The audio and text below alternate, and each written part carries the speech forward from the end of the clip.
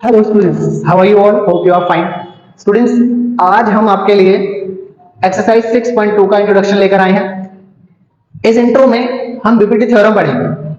BPT theorem means basic proportionality theorem.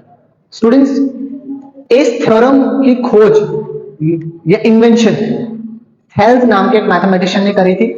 वो philosopher भी रह चुका है, ग्रीक का फेमस था। स्टूडेंट्स, 640 से 546, 640 से 546 बीसी बिफोर क्राइस्ट तक ये मैथमेटिशियन फिलोसफर आया था। इसने बहुत बहुत इंपॉर्टेंट चीजों के बारे में बताया। उनमें से कुछ मैं आपको बताता हूं। इसने बताया कि एक सर्कल जो होती है उसको अगर आपने इक्वली दो हिस्सों में कट करना है तो सिर्फ एक ही चांस है कि उसके डायमीटर से कट किया जाए। ऐसे ही इसने बीपीटी थ्योरम दी जो कि हम पढ़ने वाले हैं। हम बीपीटी थ्योरम का पूरा इंट्रो करेंगे, पूरे के पूरे उसकी डेरिवेशन करेंगे। स्टूडेंट्स, ये मैंने लिख दिया है आपके लिए। सबसे पहले जो टॉपिक हम करने वाले हैं, क्राइटेरिया फॉर सिमिलर ट्राइंगल। ये हमने एक्सरसाइज 6.1 के इंट्रो में पढ़ा था, लेकिन वहां थोड़ा कम कंसेप्ट था। हम इसको और डीपली पढ़ेंगे। टू ट्राइंगल्स कब सिमिलर होती हैं? दो केस है हमारे पास। एक उनके एंगल्स हैं और उनके साइड्स हैं। अगर दो ट्राइंगल के एंगल्स, कोरेस्पॉन्डिंग एंगल्स अगर इक्वल आ जाते हैं और कोरेस्पॉन्डिंग साइड्स की रेशियो सेम आ जाती है तो दो ट्राइंगल सिमिलर होंगे। कैसे? चलो, यहां पे मैंने लिखा है कि two triangles can be said similar कब कही जाएंगी? दो ट्राइंगल के वो सिमिलर है, there corresponding angles are equal. या तो उनके कोरेस्पॉन्डिंग एंगल्स इक्वल हो या there corresponding sides are in same ratio. इस बात का मतलब क्या है? चलो समझते हैं। फर्स्ट टॉपिक समझते हैं सबसे पहले। मैंने दो ट्राइंगल ड्रॉ की। Let's suppose triangle first is A B C and the second triangle is T Q R. Students, जो फर्स्ट ट्राइंगल है मैं उसके एंगल मेंशन कर रहा हूं 50, 60 एंड 70। सेम जो पी क्यू आर है उसके भी मैं एंगल मेंशन कर रहा हूं 50, 60 एंड 70। हमें समझना है कोरेस्पॉन्डिंग एंगल्स कौन से होते हैं। यहां एक नया कंसेप्ट आएगा आपके लिए, आपको बहुत ध्यान से देखना है। जनरली स्टूडेंट्स क्या करते हैं, ए को टी के इक्वल रख देते हैं, सी को आर के, बी को क्यू के। ये डायरेक्ट हमने ऐसे नहीं रखना, हमने इसको समझ के रखना है। कैसे? देखो, ए से सी की तरफ हम जा रहे हैं, टी से आर की तरफ हम जा रहे हैं। एक एंगल आपने फिक्स कर लेना है कि एंगल जो ए है वो इक्वल है एंगल पी के, और कितना है ये 50। आपने एक एंगल इसमें से फिक्स कर लेना है। दूसरे के लिए या तो आप क्लॉकवाइज चलोगे या आप एंटी क्लॉकवाइज चलोगे। क्लॉकवाइज कैसे? ए के बाद क्या आ रहा है? सी, तो इसको हम बोलेंगे क्लॉकवाइज डायरेक्शन। कौन सी डायरेक्शन यूज किया हमने? क्लॉकवाइज। सेम है, कौन सी डायरेक्शन यूज किया है? क्लॉकवाइज। क्लॉकवाइज डायरेक्शन मतलब एक के बाद अगर मैं क्लॉकवाइज घूमूंगा तो क्या आ रहा है मेरे पास? सी। और कितना आ रहा है ये सी? पी के बाद अगर क्लॉकवाइज घूमूंगा तो क्या आएगा मेरे पास? आर। और कितना आ रहा है मेरे पास? आर 70। तो मुझे या तो क्लॉकवाइज घूमना है, किस लिए? कॉरेस्पॉन्डिंग एंगल के लिए। क्लॉकवाइज ए के बाद कौन आएगा? सी, और इधर पी के बाद कौन आएगा? आर। अगर ए पी कॉरेस्पॉन्डिंग एंगल है तो सी और आर कॉरेस्पॉन्डिंग एंगल होंगे। अगर आपको क्लॉकवाइज नहीं लेना तो आप एंटी क्लॉकवाइज ले लो, या फिर सी से क्लॉकवाइज ले लो, आर से क्लॉकवाइज ले लो। अब सी के बाद अगर मैं क्लॉकवाइज की बात करूं, क्लॉकवाइज डायरेक्शन की बात करूं, तो क्या आएगा सी के बाद? बी। और यहां पर अगर मैं क्लॉकवाइज डायरेक्शन की बात करूं तो कौन आएगा? क्यू। मतलब सी के बाद बी, तो B is equal to R के बाद क्यू, और ये कितना आया? 60। इसका मतलब triangle A B C P Q R के जो कॉरेस्पॉन्डिंग एंगल्स हैं वो इक्वल हैं, तो ये सिमिलर हो सकती है। अब किस पर डिपेंड करेगा? ये साइड्स पर। इसकी साइड्स की रेशियो भी सेम होनी चाहिए। अगर इसकी साइड्स की रेशियो सेम नहीं है तो सिमिलर नहीं होगी। तो पहले तो हम समझ रहे हैं कॉरेस्पॉन्डिंग एंगल्स होते क्या है। तो कोरेस्पॉन्डिंग एंगल्स हमारे ये होते हैं, या तो हम इसको क्लॉकवाइज यूज करेंगे या फिर हम इसको एंटी क्लॉकवाइज यूज करेंगे। एंटी क्लॉकवाइज कैसे यूज करेंगे स्टूडेंट्स, देखो मैंने यहां पे एक ट्राइंगल ली A B C P Q R, इधर मैंने इसका एंगल 80 दिया, इधर मैंने 40 और इधर मैंने दिया 60। सेम यहां पर मैंने 80 दिया, यहां पे मैंने 40 और यहां पे मैंने 60। या तो आप क्लॉकवाइज चले जाओ, क्या निकालना है आपको, कॉरेस्पॉन्डिंग एंगल, या तो आप क्लॉकवाइज नहीं तो फिर आप एंटी क्लॉकवाइज लेंगे। कोई एक पहले सिलेक्ट करवा, तो मैंने सिलेक्ट कर लिया, angle A is equal to angle P है और ये है मेरे पास 80। अब मैं आऊंगा एंटी क्लॉकवाइज डायरेक्शन में, एंटी क्लॉकवाइज डायरेक्शन, तो ए के बाद क्या आ रहा है बी, तो मुझे पी से भी कहां जाना होगा, एंटी क्लॉकवाइज डायरेक्शन में जाना होगा।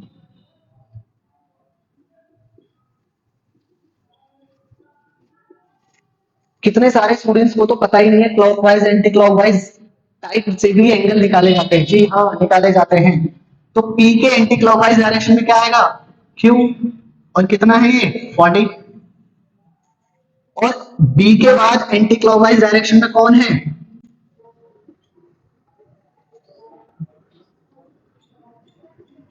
B के बाद एंटी क्लॉकवाइज डायरेक्शन में है C, तो फिर Q के बाद भी कौन है R, और ये कितना है 60। तो या तो आप पकड़ लो ट्राइंगल को क्लॉकवाइज कि A के बाद C तो P के बाद R, C के बाद B तो R के बाद Q, या तो क्लॉकवाइज या फिर आपने उसको एंटी क्लॉकवाइज लेना है, किस लिए, कॉरेस्पॉन्डिंग एंगल निकालने के लिए। अगर मैं मान लो ये B है, अगर ये B यहां 40 है और यहां ये कुछ और होता, मीन्स यहां 60 और इधर 40 हो जाता, तो मे बी ये कॉरेस्पॉन्डिंग एंगल इक्वल नहीं है। मैं एक एग्जांपल करके बताता हूं, उससे पहले pause the video and note it down.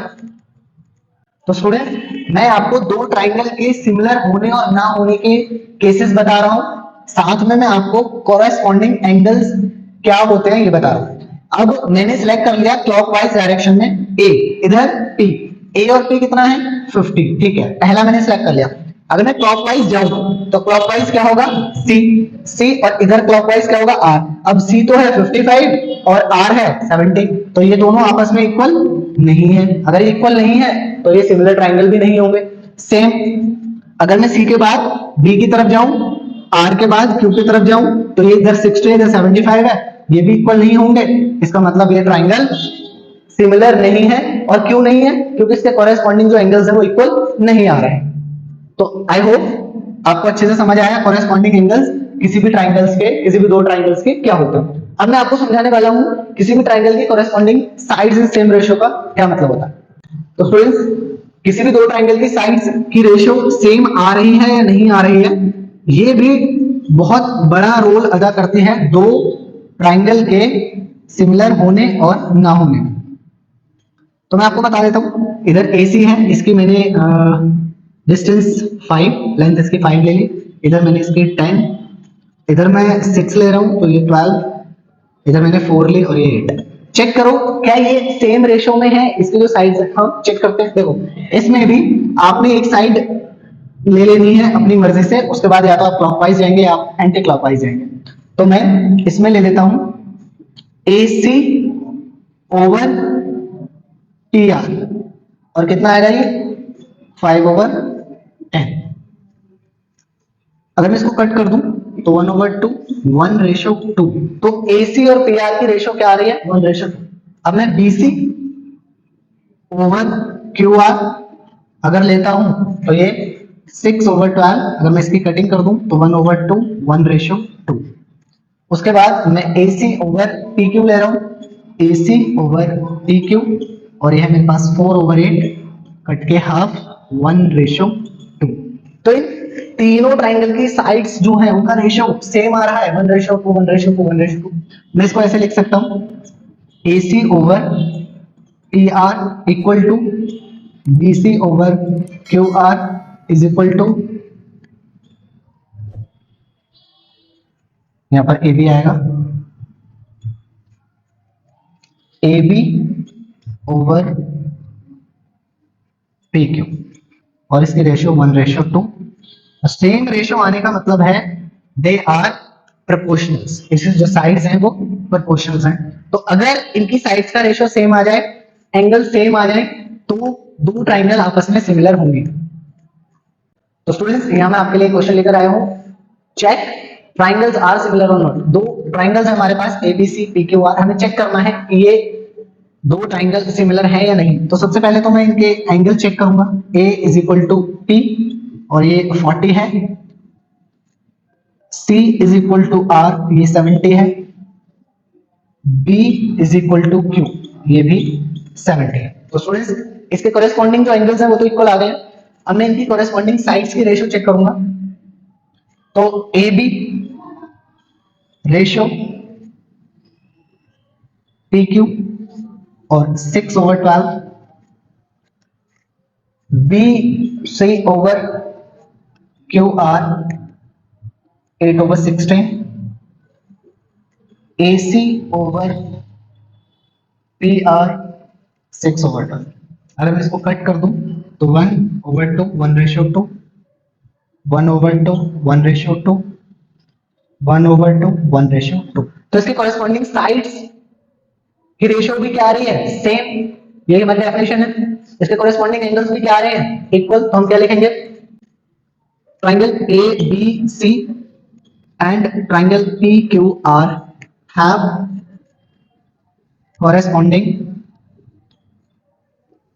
angles are equal and their corresponding sides are in same ratio। तो ये दो ट्राइंगल की जो कॉरेस्पॉन्डिंग एंगल है वो इक्वल आए हैं और इनकी जो साइड्स है कॉरेस्पॉन्डिंग वो उनकी रेशियो सेम आई है। Hence triangle ABC and triangle PQR is a similar triangle, similar triangles। तो स्टूडेंट्स ये था हमारा छोटा सा इंट्रो पार्ट, दो ट्राइंगल को सिमिलर प्रूफ करने के लिए, वो सिमिलर हैं या वो सिमिलर नहीं है।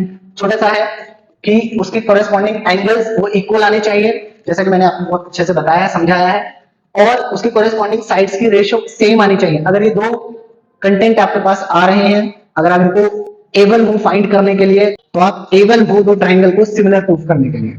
स्टूडेंट्स अब हम बीपीटी थ्योरम के बारे में पढ़ने वाले हैं, बहुत ही इंपॉर्टेंट टॉपिक है। 6.2 में सारे क्वेश्चंस में लगभग ये अप्लाई होगा और पेपर में भी इस थ्योरम से रिलेटेड एक क्वेश्चन जरूर आता है बोर्ड एग्जाम्स में। तो इससे पहले कि मैं आपको बीपीटी थ्योरम बताऊं होती क्या है, उसका प्रूफ कराऊं, क्यों ना हम थोड़ा सा जनरल नॉलेज ले लें उसके बारे में।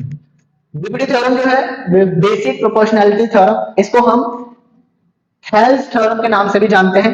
Who was the Thales?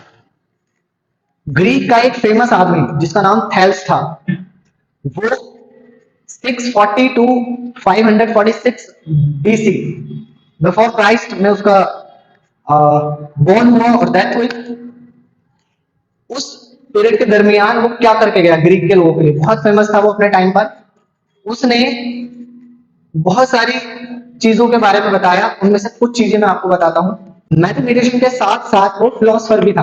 उसने बताया कि अगर एक सर्कल है हमारे पास, तो उसको हम कहां से कट कर सकते हैं, उसको हम बीच से कट कर सकते हैं, और वो जो बीच है उसको हम बोलेंगे डायमीटर से कट कर सकते हैं। साथ में उसने ट्राइंगल्स के बारे में बताया कि ट्राइंगल की अगर बेस के साथ कोई लाइन पैरेलल जाती है तो वो बराबर रेशियो में कट करती है। तो मैं आपको करके बताता हूं यहां पर। He was proved the statement, उसने एक स्टेटमेंट दी थी दैट, क्या स्टेटमेंट दी थी उसने, a circle only bisect bye its diameter. Means अगर हमारे पास एक सर्कल है, इसको बाइसेक्ट सिर्फ एक डायमीटर ही कर सकता है। डायमीटर से एक सर्कल को बीच से कट किया जा सकता है, चाहे वो डायमीटर यहां से आए चाहे वो डायमीटर यहां से आए। ये बात उसने अपने स्टेटमेंट में लिखी। दूसरा और क्या है उसने कहा बेसिक प्रोपोर्शनलिटी थ्योरम में कि अगर आपके पास एक ट्राइंगल है, let's suppose A B C, अगर इसको एक लाइन डी ई कट करती है और उसके लिए कंडीशन है कि अगर वो लाइन डी ई पैरेलल है बेस बीसी से, तो उसने कहा जो ये कट लगेगा एडी ओवर डीबी वो इक्वल होगा एई ओवर एसी। जो थेल्स था उसने कहा कि ट्राइंगल अगर बेस के साथ एक लाइन पैरेलल उसको कट लगा दे कहीं से भी, तो उसकी जो साइड्स की रेशियो होगी वो हमेशा इस फॉर्मूले को सेटिस्फाई करेगी। तो ये फॉर्मूला हम प्रूफ करने वाले हैं, क्योंकि हमारा चैप्टर क्या है, हमारा चैप्टर ये है, ये थेल्स थ्योरम है, इसको हम बीपीटी थ्योरम कहते हैं। इस पूरी थ्योरम को हम प्रूफ करने वाले हैं कि फॉर्मूला आया कहां से। फिर इस फॉर्मूले के ऊपर हम कुछ क्वेश्चंस आंसर अटेम्प्ट करेंगे। तो चलिए अटेम्प्ट करते हैं। स्टूडेंट्स, मैंने यहाँ पे डेफिनेशन लिखी है आप लोगों के लिए। थेल्स थ्योरम या BPT theorem basic proportionality theorem की डेफिनेशन है, if a line is drawn parallel to one side, मैं ड्रॉ करके बताता हूं।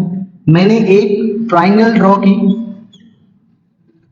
मैंने इसको ए बी सी ट्राइंगल मान लिया। यहां लिखा है if a line parallel draw one side, one side चाहे आप ये साइड ले लो, ये ले लो या ये ले लो, किसी भी एक साइड के आपको पैरेलल लाइन ड्रॉ करनी है। मैं बीसी के पैरेलल ये खींच देता हूं, इसको मैं अपनी तरफ से डी ई ले लेता हूं। तो पहली लाइन हमारी क्या है, if a line is drawn parallel to one side of a triangle, एक साइड के पैरेलल मैंने खींच दी, to intersect the other two sides. Intersect मतलब कट करना, कहां पे कट कर रही है ये, डी और ई पर, क्योंकि दो साइड हैं। Intersect the other two sides, दो साइड्स को उसने इंटरसेक्ट किया, टू डिस्टिंक्ट पॉइंट, अलग अलग पॉइंट पर, इसको ई पर और इसको डी पर। देन रिजल्ट क्या होगा, अदर टू साइड्स जो डिवाइड हो रही है आर इन सेम रेशियो, मतलब जो ये कट, जो डी ई लाइन इन दो लाइनों को कट कर रही है वो सेम रेशियो में कट कर रही है, like A D D B और इक्वल ए ई सी। ये जो लाइन, ये जो फॉर्मूला है बीपीटी थ्योरम का, ये फाइनल रिजल्ट है। ये फॉर्मूला मैंने डेफिनेशन में लिखा है, if a line drawn parallel to one side, parallel to one side, एक लाइन मैंने ड्रॉ कर दी और वो इंटरसेक्ट कर रही है बाकी की दो लाइनों को, एसी और बीडी को।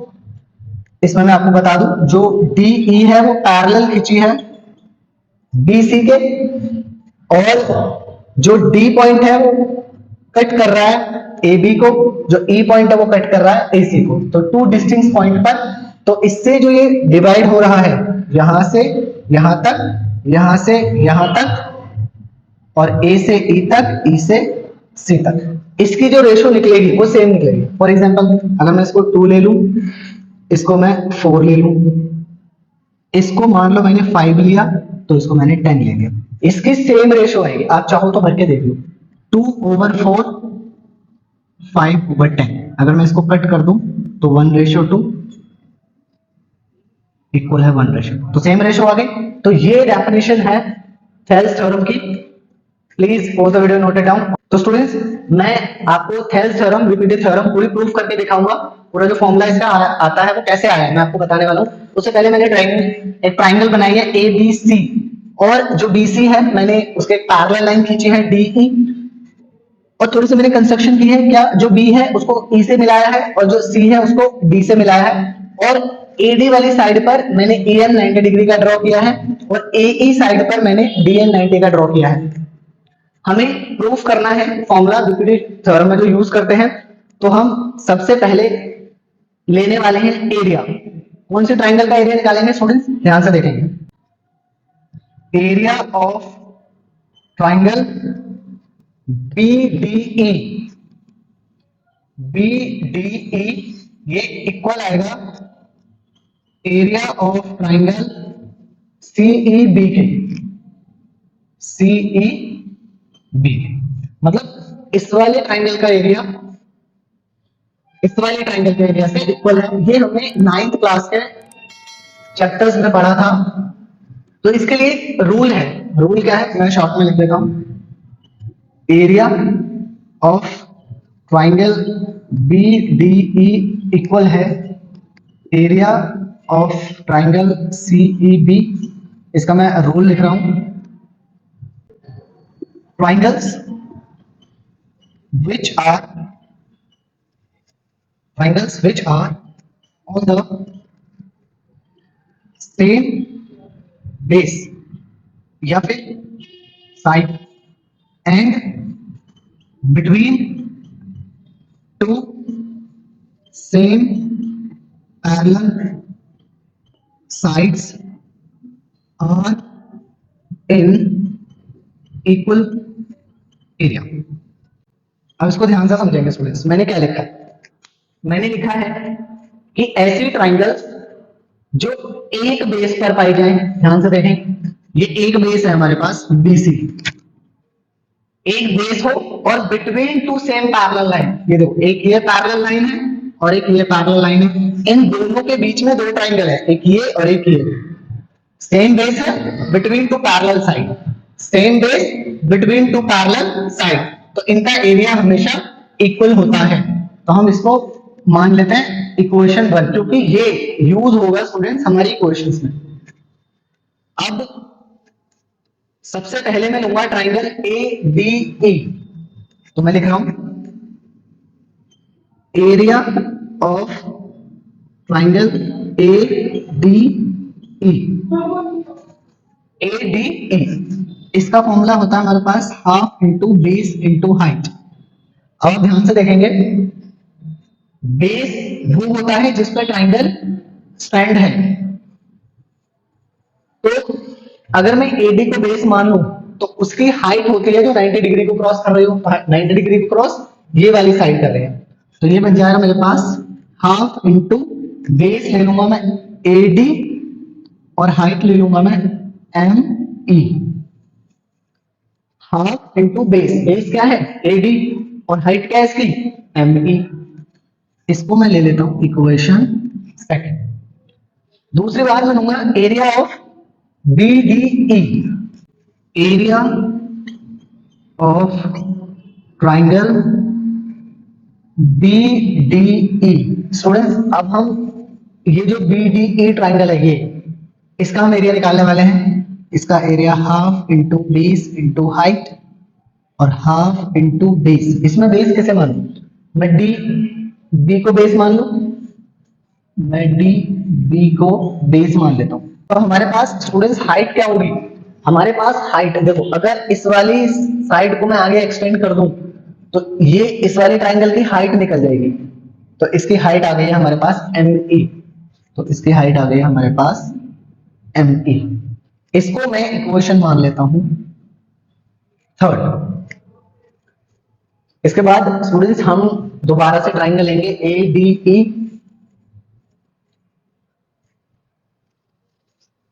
तो मैं ले रहा हूं एरिया ऑफ ट्राइंगल, देखो ADE मैं दोबारा भी लूंगा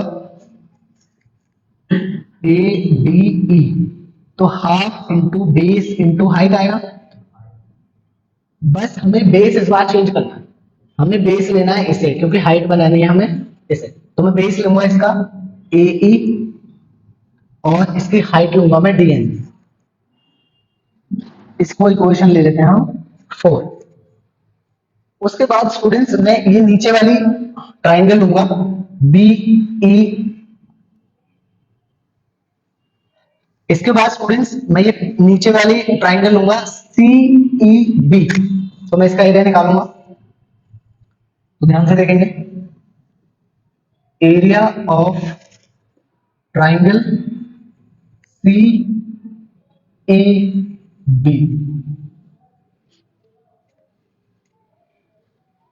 CEB इसका फॉर्मूला भी same half into base into height रहेगा, हाफ इंटू बेस।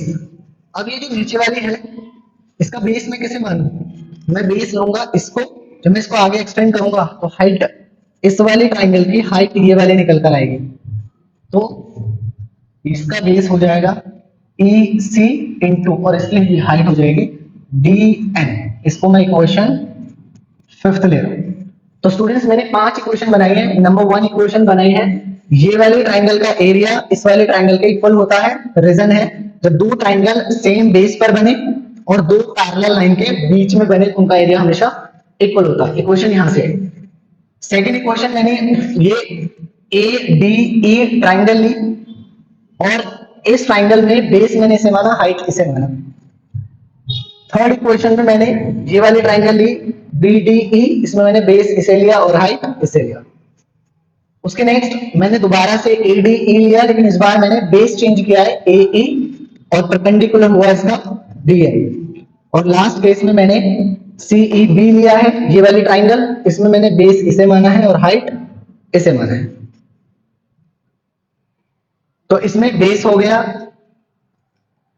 ई सी और हाइट हो चुकी है इसकी डी एन। तो अब हम इन इक्वेशंस को डिवाइड करेंगे और हम एक रिजल्ट लाने वाले हैं, तो ध्यान से देखेंगे। तो मैं यहां लिखूंगा आपके लिए dividing equation second by third, dividing equation second by third. Second equation क्या कह रही है? Area of triangle ADE, ADE जो कि इक्वल है half into AD into ME, और इसको मैं डिवाइड करने वाला हूं थर्ड इक्वेशन से, जो कि मेरे पास है एरिया ऑफ ट्राइंगल BDE और इसका है हमारे पास half into DB into ME। Students यहां पर क्या क्या चीज कैंसिल हो रही है? यहां पर इस हाफ से हाफ कैंसिल हो रहा है, ME से ME कैंसिल हो रहा है। तो हमारे पास लेफ्ट बचा area of triangle ADE over area of triangle BDE, निकल कर आया है AD ओवर DB, और इसको मान लेते हैं हम इक्वेशन 6। हमने सेकेंड इक्वेशन को थर्ड से डिवाइड किया है, हमारे पास ये मिल चुका है। क्या मिला है हमारे पास मिला है AD ओवर DB, ये दो चीजें हमें मिल चुके हैं। अब हम इक्वेशन फोर्थ को डिवाइड करेंगे फिफ्थ से, तो हम लिखने वाले हैं dividing equation fourth by fifth. तो फोर्थ इक्वेशन क्या है? Area of triangle ADE, ADE, और इसको हम डिवाइड करने वाले हैं एरिया ऑफ ट्राइंगल CEB से। तो ये हमारे पास आने वाला है, जो ADE है वो है half AE, half AE into DN, और नीचे है हमारे पास half into EC into DN। तो इसमें क्या क्या चीज कैंसिल हो रहे हैं? इसमें हाफ से हाफ कैंसिल हो रहा है, DN से DN कैंसिल हो रहा है, तो हमारे पास क्या बचेगा finally? Area of triangle ADE over area of triangle CEB, ये फाइनली रिजल्ट आने वाला है हमारे पास AE ओवर EC। इसको मान लेता हूं इक्वेशन 7। तो स्टूडेंट्स हमारे पास इस बार हमने डिवाइड करके निकाला है AE ओवर EC।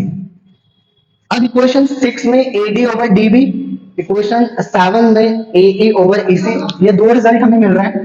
पर ये दोनों इक्वल कब इक्वल आएंगे, दोनों रिजल्ट इक्वल कब आएंगे, जब ये दोनों एरिया इक्वल टू ये दोनों एरिया आएगा। तो आप ध्यान से देखो, एरिया ऑफ ट्राइंगल एडीई इसमें भी है, एरिया ऑफ ट्राइंगल एडीई इसमें भी है, तो ऊपर का केस तो सॉल्व हो गया। अब नीचे आओ, एरिया ऑफ ट्राइंगल बीडीई,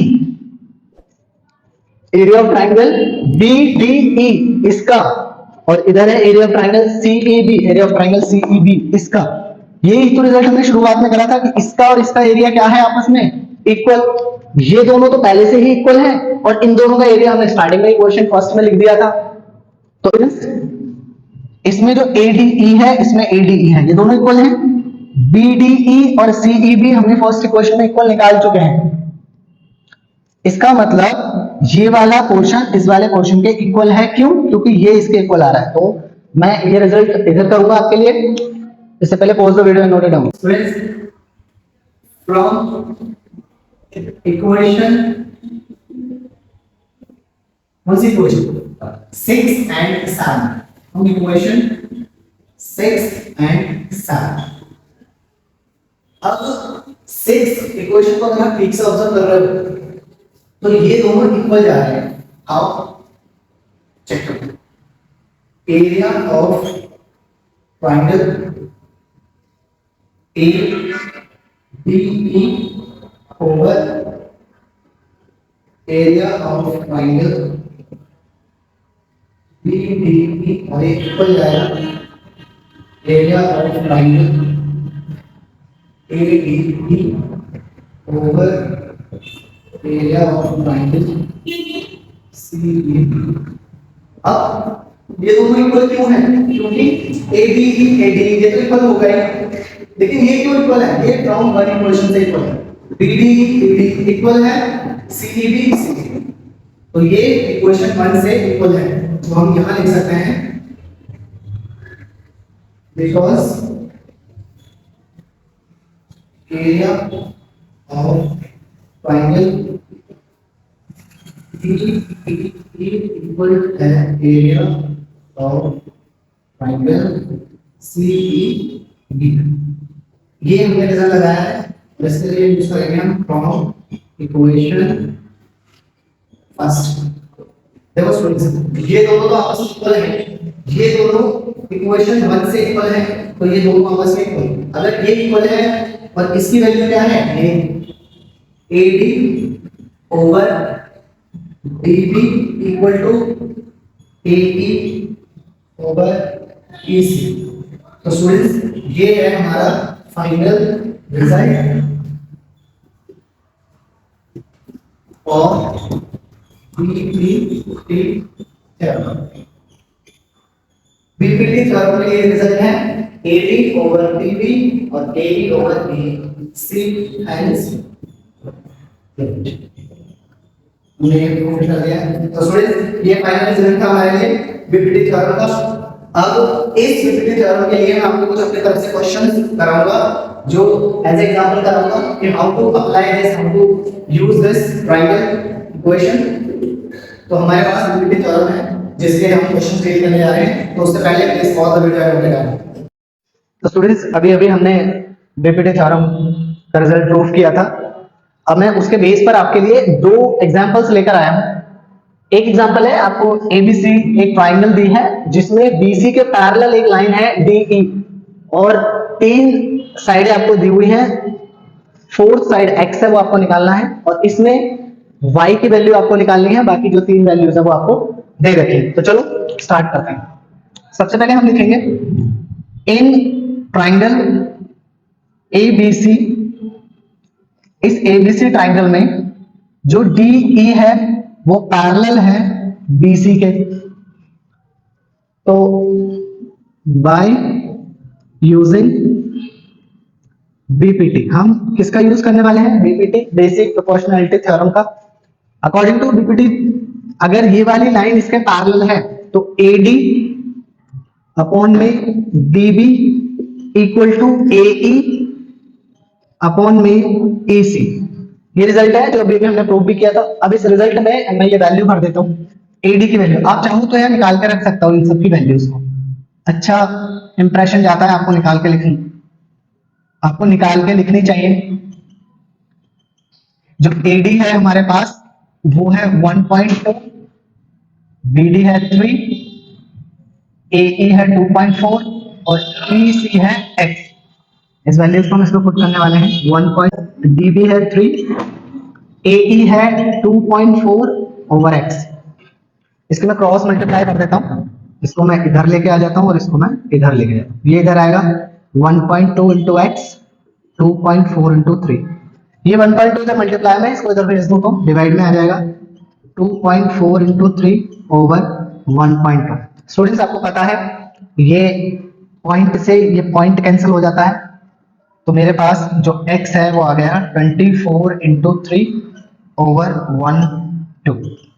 12 बन जा, 12 2 जा, तो 2 इंटू 3, तो यहाँ पे x की वैल्यू मेरे पास 6 आ चुकी है और x क्या है, EC की वैल्यू 6 आ चुकी है। तो स्टूडेंट्स बीपीटी थ्योरम को इस तरह से हम अप्लाई कर सकते हैं।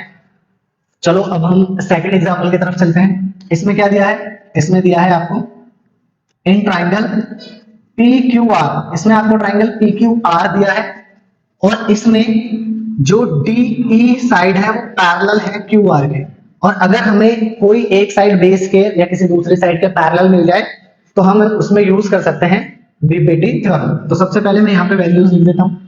एक है हमारे पास PD जो कि Y है, हमें निकालना है। एक है हमारे पास DQ 5.4, एक है हमारे पास AE, इसकी वैल्यू है 3.1 और एक है हमारे पास ER, इसकी वैल्यू है 2.7। स्टूडेंट्स ये है हमारे पास वैल्यूज, तो हम यहाँ यूज करेंगे बाय यूजिंग बीपीटी थ्योरम का यूज करने वाले हैं। और according to BPT PD over DQ PE over ER, ये रिजल्ट है बीपीटी थ्योरम का। इसमें हम वैल्यूज रखेंगे। PD की वैल्यू है मेरे पास y, तो मुझे फाइंड करनी है।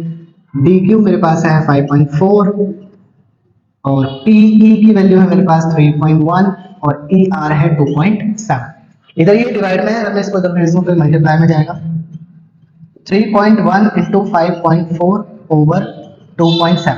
इधर पॉइंट है, ये पॉइंट से ये पॉइंट कैंसिल हो जाएगा, तो मेरे पास जो y है वो निकल कर आएगा 3.1 इंटू 54 ओवर 27, और 27 बन जाए 27 टू जा 54।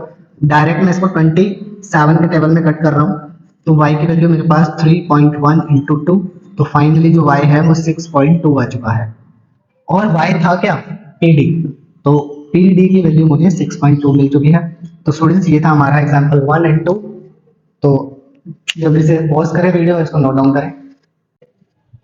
क्वेश्चन में एक ट्राइंगल ABC दिया है, ABC है, DE पैरेलल है BC, तो BC के पैरेलल हो गए DC। इसमें डायग्राम दिया नहीं था, डायग्राम मैंने बना के आपको समझाया है। पेपर में ही इंफॉर्मेशन आएगी, डायग्राम आपको खुद बनाना होगा।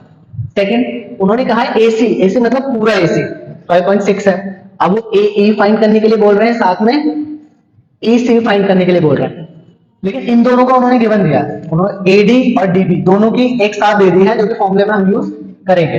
तो चलो बाय यूजिंग बीपीटी थ्योरम तो यूज करते हैं, तो हम लिखेंगे bye using BPT theorem. BPT theorem क्या कहते हैं, ध्यान से देखेंगे। बीपीटी थ्योरम कहते हैं AD over DB equal to AE over EC। ये बीपीटी थ्योरम है। मैं इसकी वैल्यू रख देता हूं। देखो AD और DB की वैल्यू पहले से गिवन है, तो मैं डायरेक्ट रख दूंगा 3 ओवर 5। इधर AE कितना है x और EC कितना है 5.6 माइनस x। अब मैं क्या करूंगा, इनकी मैं क्रॉस मल्टीप्लाई करने वाला हूं। 5 इसके साथ मल्टीप्लाई में जाएगा और ये इसके साथ, तो मैं यहां कर रहा हूं, ध्यान से देखेंगे। 3 into 5.6 minus x, 5 into x। अगर मैं इसकी मल्टीप्लाई इससे करूं स्टूडेंट्स, तो ये आएगा हमारे पास 6 3 जा 18, 8 15 और 1 16। फिर इसकी मल्टीप्लाई दोबारा मैं x से करूंगा, तो 3x और इधर हो जाएगा ये 5x। इस 3x को मैं इधर ले आऊं तो प्लस का हो जाएगा 16.x is equal to 5x plus 3x। 16.8 अगर मैं इन दोनों को प्लस कर दूं तो ये हो जाएगा 8x, और इस 8 को मैं इधर डिवाइड में लाने वाला हूं, तो मुझे यहां से x की वैल्यू मिलेगी कट करके 2.1, तो x आ चुका है 2.1। 1 और x क्या था, x था AE, तो मैं लिखूंगा AE is equal to x है और ये आ चुका है 2.1। उसके बाद EC जो कि मेरे पास है 5.6 माइनस एक्स, तो मैं लिखूंगा EC is equal to 5.6 minus x, 5.6 minus 2.1, तो ये आएगा 3.5। दो चीजें उसने मांगी थी हमसे, हमने निकाल दी हैं। AE हमारा फाइनली 2.1 आ चुका है और EC हमारा आ चुका है 3.5। तो ये दो चीजें हमसे क्वेश्चन में मांगी थी और ये दोनों चीजें हमसे फाइंड आउट कर दी हैं। ये था हमारा example third. Students example four क्या कह रहा है? एग्जांपल 4 कह रहा है चारों वैल्यू दी हुई है। पहले कह रहा है इन ट्राइंगल PQR और इसमें कह रहा है PQR में चारों वैल्यू दी हुई है। PS 1.4, SQ 3.4, PT 2.8, TR 6.8। ये दिया हुआ है। डायग्राम मैंने आपके लिए ऑलरेडी बना रखा है। पेपर में आपके लिए डायग्राम नहीं आएगा, आपको डायग्राम खुद बनाना होगा। अब ये क्वेश्चन कह रहा है चेक वेदर जो ST लाइन है क्या वो पैरेलल है इसके QR के, तो आपको ये बताना है। अब इसमें चार वैल्यू दी हुई है, यूनिटी थ्योरम का यूज करो, left hand side is equal to right hand side find out कर दो। अगर इक्वल आ जाती है तो डेफिनेटली ये लाइन ST लाइन QR के पैरेलल है। तो चलो प्रूफ शुरू करते हैं बाय यूजिंग BPT थ्योरम। तो BPT थ्योरम का यूज करने वाले हैं। According to BPT theorem PS over SQ PT over TR। PS की वैल्यू हमारे पास 4.1, 3.4, इधर है 2.8 और इधर है 6.8। आपको पता है पॉइंट से पॉइंट कट जाता है, ये पॉइंट से ये पॉइंट, ये पॉइंट से ये पॉइंट, तो 14 ओवर 34, 28 ओवर 68। मैं यहाँ पे 2 के टेबल पे कट करता हूँ, 7 जा, इधर आएगा 2 1 जा 7 जा। इसको मैं कट कर रहा हूं 4 के टेबल पे, 4 7 जा 4 1 जा 4 7, तो इधर आ चुका है मेरे पास 7 ओवर 17, इधर आ चुका है मेरे पास 7 ओवर 17। इसका मतलब left hand side is equal to right hand side आ चुकी है। तो हम फाइनली कह सकते हैं 7 over 17 is equal to 7 over 17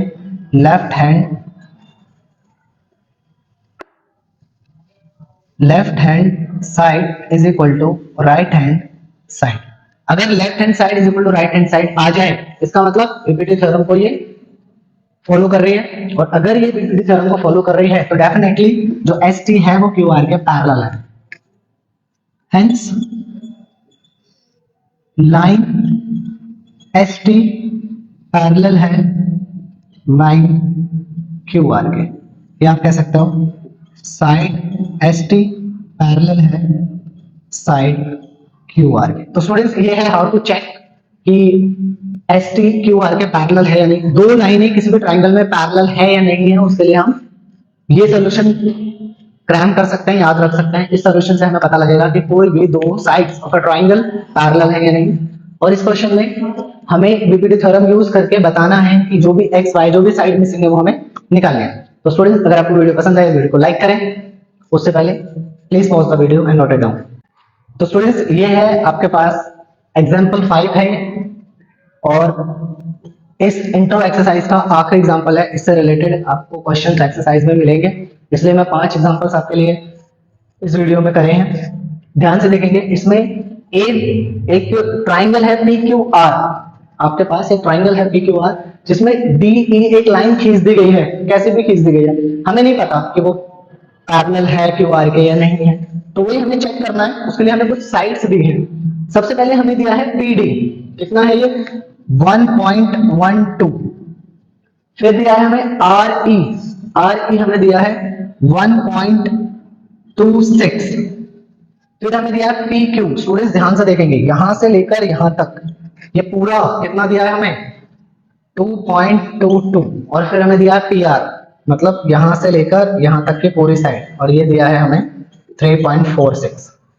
तो स्टूडेंट्स ये पूरी साइड दी है, इतनी मुझे दे रखी है। अगर मैं इसको पूरी में से माइनस कर दूं तो ये निकल जाएगा सेम या मुझे ये साइड दी है, अगर मैं पूरे में से इसको माइनस कर दूं तो मुझे ये वाली साइड मिल जाएगी। तो सबसे पहले हम ये साइड ही निकाल लेते हैं। डी क्यू, देखो जो डी क्यू है उसको मैं कैसे निकाल सकता हूं, उसको मैं निकाल सकता हूं पी क्यू में से माइनस कर दूंगा पी डी साइड को। तो डी क्यू तो मुझे निकालनी है, पी क्यू है मेरे पास 2.22 माइनस, और मुझे माइनस करनी है पी डी को जो कि 112 है। तो डी क्यू की वैल्यू मेरे पास अगर मैं इसमें से माइनस कर दूं तो 1.1, तो मेरे पास यह वैल्यू आ चुकी है 1.10। ऐसे ही मैं पीई निकाल सकता हूं। पीई को मैं कैसे निकाल सकता हूं, पहले तो मैं पूरा लूंगा पी आर और इसमें से मैं माइनस कर दूंगा ई आर को। तो पीई की वैल्यू हमारे पास आ चुकी है 3.46 माइनस 1.26। तो जो पीई है वो आ जाएगा हमारे पास 0.2। तो यहाँ स्टूडेंट्स मेरे पास पीई की वैल्यू भी आ चुकी है 2.20। अब जब मेरे पास अलग अलग वैल्यूज आ चुकी हैं, अब मुझे चेक करना है जो डी ई है क्या वो क्यू आर के। इसके आगे मैं इधर सॉल्व कर देता हूँ, दोबारा से डायग्राम बना देता हूँ, आपके लिए बेनिफिशियल होगा। पी क्यू आर और मैं एक लाइन खींचता हूँ डी ई। मुझे चेक करना है क्या ये लाइन इसके पैरेलल है, मैं वैल्यू रख देता हूँ। इसकी वैल्यू है पीडी की वैल्यू है 1.12, 1.10, 2.20, 16। ये वैल्यू हमारे पास गिवन है। हमें चेक करना है स्टूडेंट्स, चेक वेदर जो DE है क्या वो पैरेलल है QR के, मुझे ये चेक करना है। तो बाय यूजिंग बीपीटी का यूज करूंगा। अकॉर्डिंग टू बीपीटी हमने सारे एग्जांपल्स में किया है, PD ओवर DQ इक्वल है PE ओवर ER। PD की वैल्यू मेरे पास 1.12, 1.10, 2.20, 1.26। स्टूडेंट्स पॉइंट के बाद दो डेसिमल और दो डेसिमल है, तो आपस में पॉइंट से पॉइंट कैंसिल हो जाएगा और हमारे पास वैल्यू मिलेगी 112 ओवर 110, 220 ओवर 126। अगर मैं 2 के टेबल पे कट करूं तो here 56 and here 55, here 110, here 63। इसके आगे कैंसिल आउट नहीं हो सकते। 53 ओवर 55 जो कि नॉट इक्वल जा रहा है 10 ओवर 63। अगर ये left hand side is equal to not right hand side आया, left hand side is not right hand side, तो हम कह सकते हैं side DE not parallel to side QR। अगर ये नॉट इक्वल आया है तो इसका मतलब ये वाली साइड इसके पैरेलल नहीं है। DE not parallel QR। तो स्टूडेंट्स ये था हमारा फाइनल आंसर। हमें चेक करना है कि कोई भी दो साइडें आपस में पैरेलल है या नहीं। तो पैरेलल प्रूफ करने के लिए जरूरी है left hand side is equal to right hand side आना चाहिए, जो कि हमारे एग्जांपल 4 में आया था। पर 5 में ये नहीं आया तो नॉट पैरेलल का केस है, ये वाली साइड इसके पैरेलल नहीं है। तो आपको ये वीडियो पसंद आई हो, पूरा इंट्रोडक्शन था इसमें 6.2 एक्सरसाइज का। अगर आपको ये इंट्रोडक्शन आपको पसंद आया है, वीडियो सॉल्यूशंस एग्जांपल्स आपको अच्छे लगे हैं, तो आप वीडियो को सिर्फ लाइक करें। आप अगर चैनल पे न्यू है तो सब्सक्राइब करें, और किसी भी तरह के डाउट के लिए, किसी भी तरह के सजेशन के लिए मुझे कमेंट करें, मैं आपके कमेंट का रिप्लाई करूंगा। Thank you.